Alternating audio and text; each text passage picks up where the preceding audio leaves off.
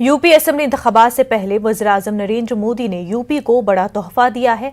वज़ीर-ए-आज़म नरेंद्र मोदी ने अलीगढ़ में राजा महेंद्र प्रताप सिंह स्टेट यूनिवर्सिटी का संग बुनियाद रखा। वहीं उन्होंने डिफेंस इंडस्ट्रियल कॉरिडोर के मॉडल की नुमाइश का मुआयना किया। इस मौके पर यूपी के गवर्नर आनंदीबेन पटेल और सीएम योगी आदित्यनाथ मौजूद रहे। वहीं वज़ीर-ए-आज़म नरेंद्र मोदी ने अवामी जलसे से खिताब भी किया। उन्होंने कहा कि राजा महेंद्र सिंह आज़ादी के लिए तगोदू करते रहे। भारत की तारीख मुहिब्बे वतन से भरी पड़ी है।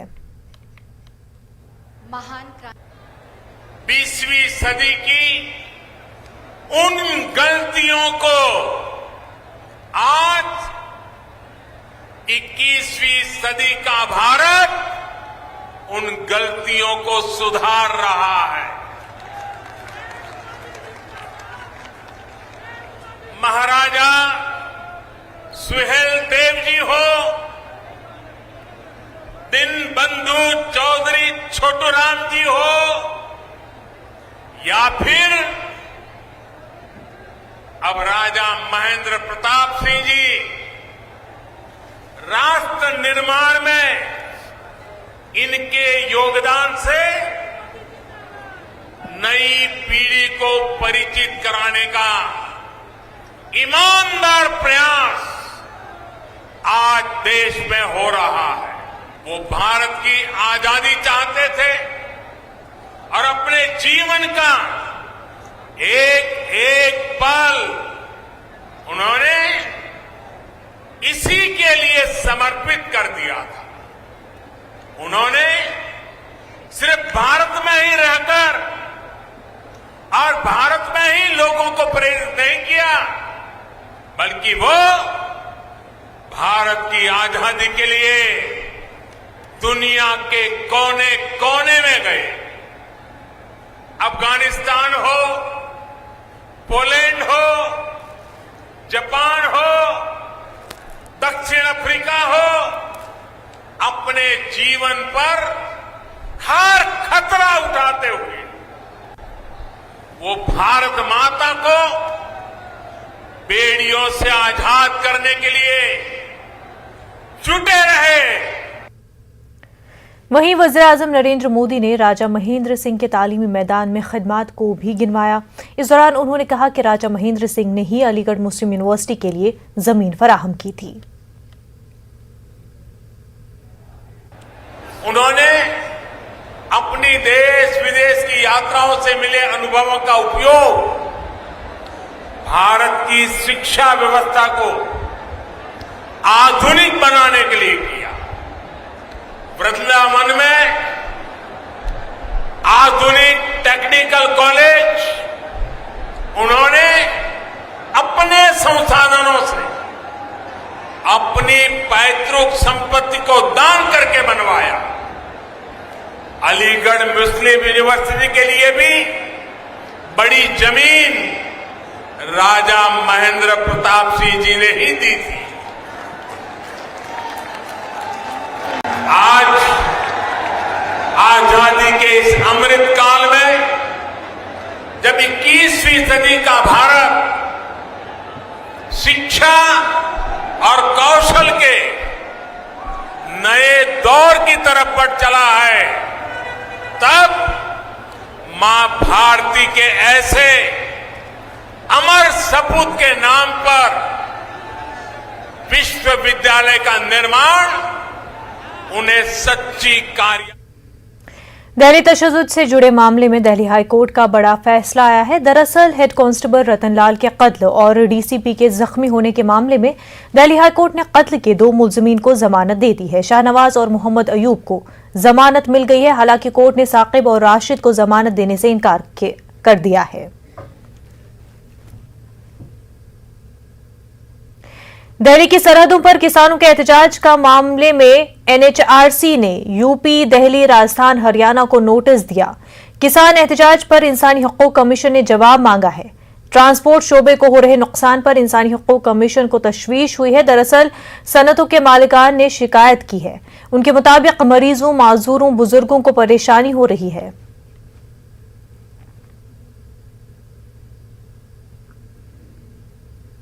एलजेपी एमपी प्रिंस पासवान पर इस्मत-दरी का मुकदमा दर्ज किया गया है। दिल्ली के कैनॉट प्लेस में एफआईआर दर्ज की गई है। दिल्ली के एक कोर्ट के हुक्म पर यह केस दर्ज हुआ है। एफआईआर में चिराग पासवान पर धमकी का इल्जाम भी है। वहीं प्रिंस ने भी खातून पर ब्लैकमेलिंग का इल्जाम लगाते हुए केस दर्ज करवाया था।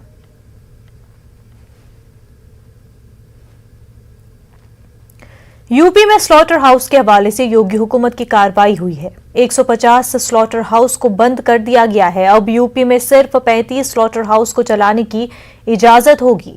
स्लॉटर हाउस से जुड़े 68 लोगों को 18 करोड़ रुपए से ज्यादा की अराजी जब्त की गई है।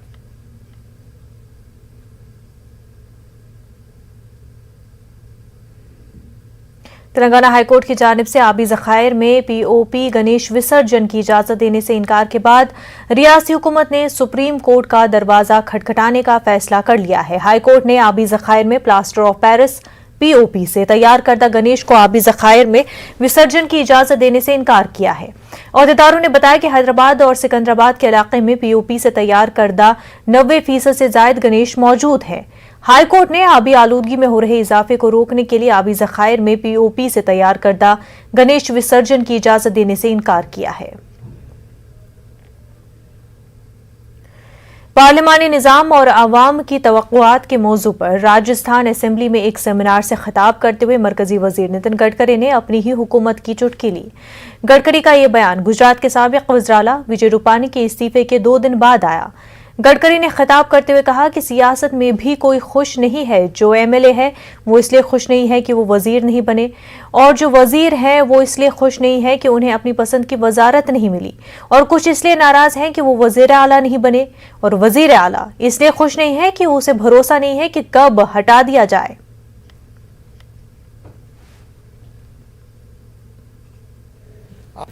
एक ने पूछा था कि तुम में से सुखी कौन है, हाथ ऊपर करो। किसी ने नहीं किया, क्योंकि जो एमएलए थे वो इसलिए दुखी है कि वो मंत्री नहीं बन पाए।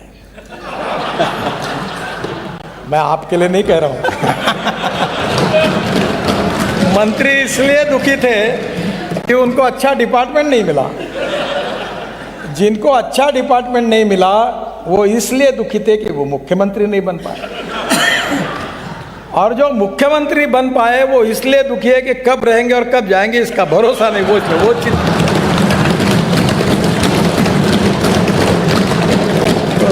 शरद जोशी करके हास्य व्यंग्य कवि थे, बहुत सुंदर कवि थे, शायद आप जानते होंगे। मैं उनका बहुत प्रशंसक हूँ, लेखक थे भोपाल के। उन्होंने कहा था, एक सुंदर कविता की थी, जो राज्य में काम के नहीं थे उनको दिल्ली में भेजा, जो दिल्ली में काम के नहीं थे उनको गवर्नर बना दिया, जो गवर्नर नहीं बन पाए उनको एम्बेसडर बना दिया। अब राजनीति जो होती है सभी पार्टियों में ये चलता ही है। मुल्क में ड्रोन के जरिए अद्वियात की तरसील का एक पायलट प्रोजेक्ट हैदराबाद में शुरू हुआ है। ड्रोन ने कोरोना वैक्सीन के साथ उड़ान भरी है और विकाराबाद के प्राइमरी हेल्थ सेंटर तक वैक्सीन पहुंचाने के बाद चंद मिनट में बहिफाजत वापस आ गया। एक नई पहचान बनाएगा।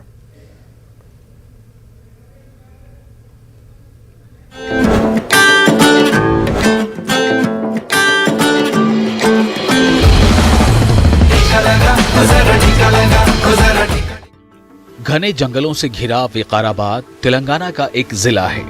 अब तक वहां जिन प्राइमरी हेल्थ सेंटर्स तक वैक्सीन पहुंचाने में मकामी इंतजामिया और महकमे सेहत की टीम को मुश्किलों का सामना करना पड़ता था, अब वहां medicine from the sky project के जरिए चंद मिनटों में वैक्सीन और दवाओं की खेप पहुंचाई जा सकेगी, वो भी वैक्सीन की कूलिंग चेन मेंटेन रखते हुए। जहां पर पहुंचना दुर्गम है, रोड का रास्ता बहुत अच्छा नहीं है, तो ये एक तरह का एम्बिशियस प्रोजेक्ट है जो अब आगे चल के भविष्य में सुदूर इलाकों में मेडिसिन और इसके अलावा ब्लड के सैंपल्स और वैक्सीन को ले जाने में मदद करेगा। वजारत शहरी हवाबाजी ने तेलंगाना के जिलों में जिन 16 फ्री फ्लाइंग रूट को मंजूरी दी है, उनमें तेलंगाना हुकूमत पहले से ही ड्रोन के जरिए बीजों का छिड़काव कर रही है और उम्मीद है कि इस प्रोजेक्ट की कामयाबी के साथ तेलंगाना मुल्क की पहली ऐसी रियासत बन जाएगी जहां ड्रोन के जरिए मुश्किल रास्तों भरे हेल्थ सेंटरों तक वैक्सीन और दूसरी जरूरी दवाएं पहुंचाई जा सकेंगी।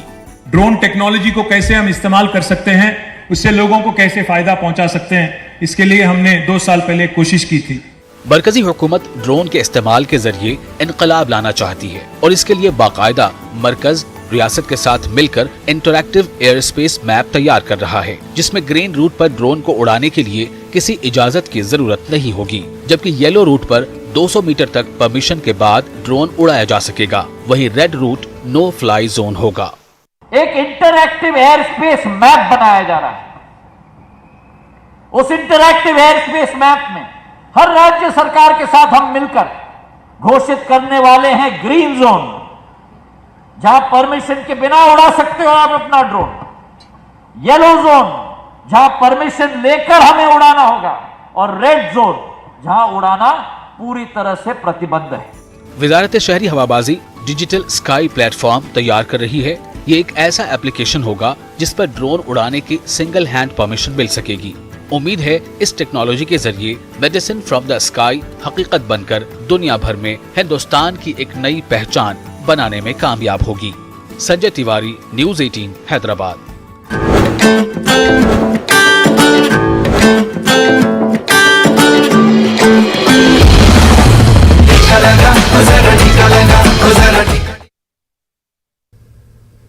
इस वक्त एक बड़ी खबर सामने आ रही है। जम्मू कश्मीर के पुलवामा से ये बड़ी खबर है। राजपुरा चौक में ग्रेनेड हमला हुआ है जिसमें 2 आम शहरी जख्मी हो गए हैं। तो जम्मू कश्मीर के पुलवामा से आपको ये बड़ी खबर बता रहे हैं। राजपुरा चौक में ग्रेनेड हमला हुआ है जिसमें 2 आम शहरियों के जख्मी होने की खबर सामने आ रही है।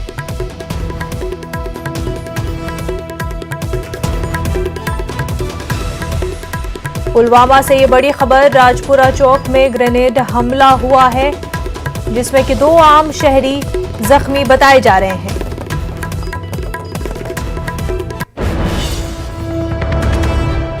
मजीद तफसीलात का भी इंतजार है। आपको बता दें कि जम्मू कश्मीर के पुलवामा से बड़ी खबर है। राजपुरा चौक में ग्रेनेड हमला हुआ है जिसमें 2 आम शहरियों के जख्मी होने की खबर है।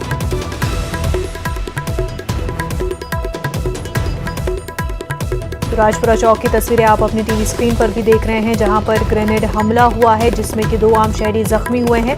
मज़ीद तफसीलात का भी इंतजार है। पूरे इलाके में सिक्योरिटी फोर्सेस ने मुहासरा कर लिया है, सर्च ऑपरेशन जारी है। वहीं 2 आम शहरी इस हमले में जख्मी बताए जा रहे हैं।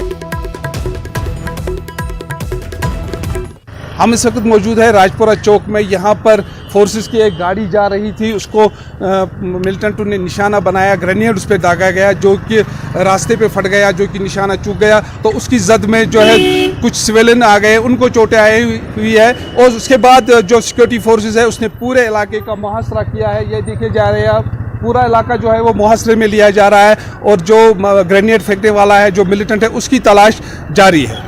बिलाल खान, न्यूज़ 18 उर्दू, पुलवामा। पुलवामा से हमारे नुमाइंदे बिलाल खान हमारे साथ जुड़ चुके हैं। बिलाल, इस हमले के हवाले से तफसीलात बताएं। देखिए, ये हमला उस वक्त किया गया, ये जो राजपुरा चौक है पुलवामा कस्बे का काफी बिजी चौक माना जाता है। तो यहाँ से एक फोर्सेस की गाड़ी जा रही थी, उसको निशाना बनाने की कोशिश की गई थी, लेकिन निशाना जो है वो चूक गया है। तो उसके बाद जो ग्रेनेड जो है वो सड़क पे फट गया। तो उससे क्या है, जो आम राहगीर चल रहे थे उनमें से 2 को चोटें आई हैं। तो उनको दोनों जो जख्मी हुए इस हमले में, उनको पुलवामा डिस्ट्रिक्ट अस्पताल में दाखिल किया गया है। तो दोनों की हालत जो है अब तक वो मुस्तहकम ही बताई जा रही है। तो इसके बाद फोर्सेस ने पूरे इलाके का यहाँ पर मुहासरा कर लिया है। तो तलाशी ली जा रही है और जितने भी इसके जितने भी गली कोचे हैं उनको उनमें नाके लगा दिए गए हैं और खुसूसी तलाशी अभियान भी चलाया जा रहा है और हमलावर की तलाश फोर्स की जानिब से की जा रही है। आई विटनेसेस की जानिब से कोई इन्फॉर्मेशन मिल पाई हो? जी, आपका सवाल दोहराइए। आई विटनेसेस की जानिब से इस हवाले से, इस हमले के हवाले से कोई इन्फॉर्मेशन मिल पाई है बिलाल? नहीं, अभी तक कोई इसमें कोई इन्फॉर्मेशन नहीं आई है। लेकिन जो हमला हुआ है उसके बाद जो फोर्स है ये काफी चौकस हुआ है। आज यहाँ एलजी का दौरा भी, पुलवामा के जो पापोर तहसील है वहाँ एलजी का दौरा भी था। तो इस हवाले से सिक्योरिटी जो है पहले से ही काफी सख्त कर दी गई है। कहीं ना कहीं ये जो फोर्सेस को खदशा था कि मिलिटेंट भी अपनी जाहिर की तो मौजूदगी वो जाहिर दिखाया करेंगे आज यहाँ पर। तो उसके हवाले से सिक्योरिटी को भी सख्त कर दिया गया था। उसके बावजूद भी ये ग्रेनेड धमाका किया गया, जिसमें मिलिटेंटों ने भी अपनी मौजूदगी जाहिर दिखाई। बिलाल, बेहद शुक्रिया आपका। ब्रेक के बाद आपका खैर मकदम है। जम्मू के मुख्तलिफ इलाकों में आज कश्मीरी पंडित शहदा को खराज अकीदत पेश किया गया। कश्मीरी पंडितों ने दहशतगर्दाना कार्रवाइयों में शहीद हुए पंडितों को खराज अकीदत पेश किया। जम्मू के मुख्तलिफ हिस्सों में बड़े पैमाने पर एहतजाजी मुजाहरे करते हुए कश्मीरी पंडितों ने पाकिस्तान की ऐमा पर दहशतगर्दी के खिलाफ अपना गम गुस्सा जाहिर किया। उन्होंने कहा कि दहशतगर्दी से सबसे ज्यादा कश्मीरी पंडित मुतासिर हुए हैं। उन्होंने मोदी हुकूमत से मुतालबा किया है कि वादी में कश्मीरी पंडितों की वापसी को यकीनी बनाने के लिए एक वाज़ेह और मुनज़्ज़म पॉलिसी बनाई जाए। एहतजाजी पंडितों ने यह भी कहा है कि हुकूमत उनके लिए घरों की तामीर करे और उनकी जमीनों पर मौजूद तमाम गैर कानूनी तजावुजात हटाए।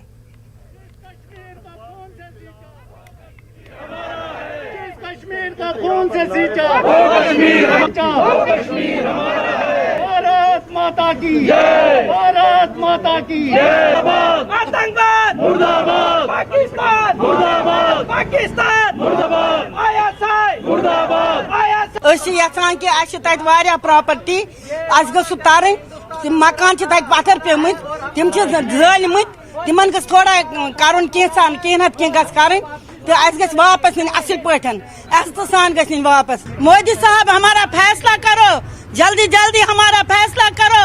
हम तड़प रहे हैं यहाँ, हम अधूरे हैं यहाँ, कश्मीर के बगैर हम यहाँ अधूरे हैं। हमारा फैसला करो, हम जरूर जाएंगे। हम लोग पंडित कभी ये दिन नहीं भूल सकते जब हमारे शेर को, हमारे आयरन मैन को उनके घर के सामने ब्रूटली किल किया गया, मर्डर किया गया और तब की सरकार ने कुछ नहीं किया। आज तक हम लोग शहादत देते आ रहे हैं। हमारे राजेश शहीद पंडिता जी, राजेश पंडिता जी, हमारे राकेश पंडिता जी, सब ने अपनी शहादत दी है इस धरती के लिए और हम लोग कश्मीर वापस जाना चाहते हैं। आज ही की डेट में माइग्रेंट सेल में हमारी 128 फैमिलीज है, 22,000 फैमिलीज हैं जो आज भी तड़प रही हैं, बिना घरों के रह रही हैं। आज हमारे घरों में रिलीफ नहीं है, हम लोग तड़प रहे हैं, हमारे घरों में पानी नहीं है, बिजली नहीं है। मध्य प्रदेश हुकूमत ने महाभारत और रामायण को रियासत के इंजीनियरिंग कोर्सेज में शामिल करने का फैसला किया है। हुकूमत के मुताबिक ये फैसला तकनीकी तालीम में सकाफती उसूलों को जम करने की कोशिश के एक हिस्से के तौर पर लिया गया है। हायर एजुकेशन डिपार्टमेंट ने कहा है कि इंजीनियरिंग के तलबा के निसाब में रामायण, महाभारत और रामचरितमानस को शामिल किया गया है। इस फैसले पर एमपी के महकमे हायर एजुकेशन के वजीर मोहन यादव ने कहा कि ये फैसला नई तालीमी पॉलिसी के तहत लिया गया है, इसमें कुछ गलत नहीं है। मीडिया से बात करते हुए उन्होंने कहा कि जो भी भगवान राम के किरदार और असली कामों के बारे में जानना चाहता है वो इंजीनियरिंग कोर्सेज में ऐसा कर सकता है। उन्होंने मजीद कहा कि उनकी वजारत गज़ल की शक्ल में उर्दू भी पढ़ाने जा रही है। उन्होंने कहा कि ये एक इख्तियारी मजमून होगा, इसके लिए किसी को बुरा नहीं मानना चाहिए। भोपाल से हमारे नुमाइंदे मेहताब आलम बराह रास्त हमारे साथ जुड़ चुके हैं। इंजीनियरिंग कोर्सेज में महाभारत और रामायण पढ़ाई जाएगी, इसको किस तरह से देखा जा रहा है? मुनज़्ज़ा, यहाँ पे इस बात को समझने की ज़रूरत है कि 10 दिन पहले मध्य प्रदेश हुकूमत ने एक बड़ा फैसला किया था कि मेडिकल कॉलेजों में जो है आरएसएस के जो है बानी गोवलकर और फिर जो है बीजेपी के दीनदयाल उपाध्याय की जो है सामान्य उम्रियाँ पढ़ाने का फैसला किया गया था। अब ये दूसरा फैसला उसी सिलसिले की एक कड़ी है कि इंजीनियरिंग के निसाब में भी जो है रामायण, महाभारत, रामचरितमानस, भगवान राम जो है तुलसी, तमाम लोगों की जो है जीवन को पढ़ाने की बात की जा रही है। कांग्रेस ने जहाँ इस पर एतराज़ किया है, कांग्रेस ने कहा कि वो लोग जिनकी सामान्य उम्र कहीं दुनिया में मौजूद ही नहीं है वहाँ पर भारतीय जनता पार्टी शामिल करके सनातन धर्म की जो है मजाक उड़ा रही है।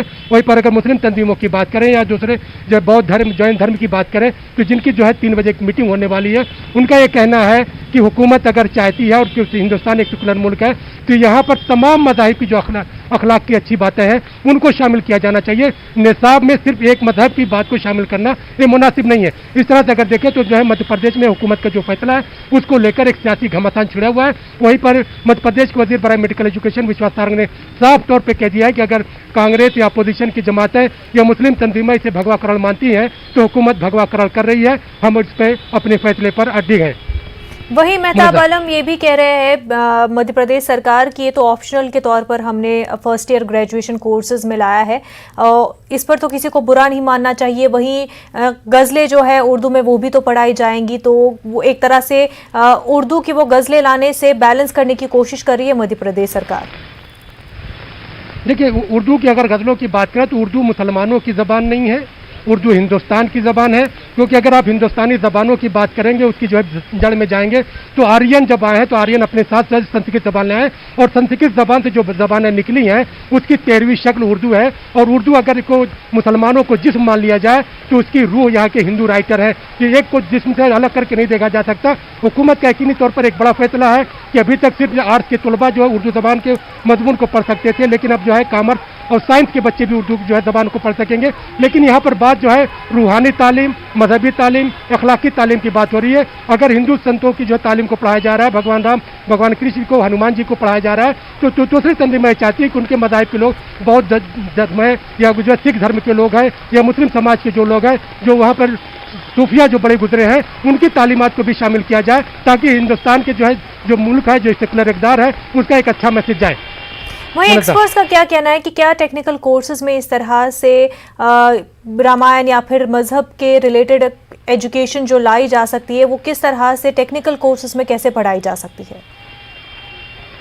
देखिए, एक्सपर्ट का कहना है कि जो है ये तमाम चीज़ें जो है स्कूल के लेवल पे पढ़ाई जानी चाहिए, हायर एजुकेशन में इसके लिए जगह नहीं होनी चाहिए। लेकिन एक्सपर्ट हमें दो खानों में बटे हुए हैं। कुछ का मानना है कि अखलाकी तालीम किसी भी वक्त भी दी जा सकती है, लेकिन बुनियादी सवाल यह है कि अगर अखलाकी तालीम, मजहबी तालीम, रूहानी तालीम देना है तो सिर्फ एक मजहब की तालीम ही क्यों? क्योंकि हिंदुस्तान की जब हम बात करते हैं, दुनिया के सबसे ज़्यादा मज़ाहिब के मानने वाले इसी एक मुल्क में रहते हैं, तो यहाँ पर दूसरे मज़ाहिब के लोग भी तालीमात को शामिल किया जाना चाहिए। किसी का एतराज़ इस बात को लेकर नहीं है कि वहाँ पर रामायण और महाभारत को क्यों पढ़ाया जा रहा है। लोगों का एतराज़ इस बात को लेकर है कि सिर्फ एक मजहब की तालीमात को ही क्यों, दूसरे मजहब की तालीमात को नहीं शामिल किया जा रहा है। अगर हिंदू धर्म की चीज़ों को शामिल किया जा रहा है तो सिख धर्म के जो है गुरु नानक जी को शामिल किया जा रहा है। लोगों का यही कहना है कि एक ही मजहब की तालीम क्यों, अगर अच्छी बातें सिखानी है तो तमाम तर मज़ाहिब की किताबें जो है जोड़नी चाहिए। मेहताब आलम, बेहद शुक्रिया आपका। कानपुर के हनुमान मंदिर में महंतों के बीच मारपीट का वीडियो वायरल हो रहा है, जिसमें महंत एक दूसरे से हाथापाई करते हुए नजर आ रहे हैं। वाज़ेह हो कि कानपुर में वाक़े तारीखी हनुमान मंदिर में पिछले कई दिनों से महंतों के बीच तनाज़ा चल रहा है। कई बार मारपीट का वाक़या थाने तक पहुंच चुका है और इस हवाले से पिछले महीने 3 अफराद जेल भी जा चुके हैं। दरअसल यहाँ आने वाले चढ़ावे के हवाले से महंतों के बीच आए दिन तनाज़ा होता है। आज भी मंदिर में बड़े प्रोग्राम का इनेकाद किया गया था। चढ़ावे के ताल्लुक से 2 महंतों के दरमियान मारपीट हो गई।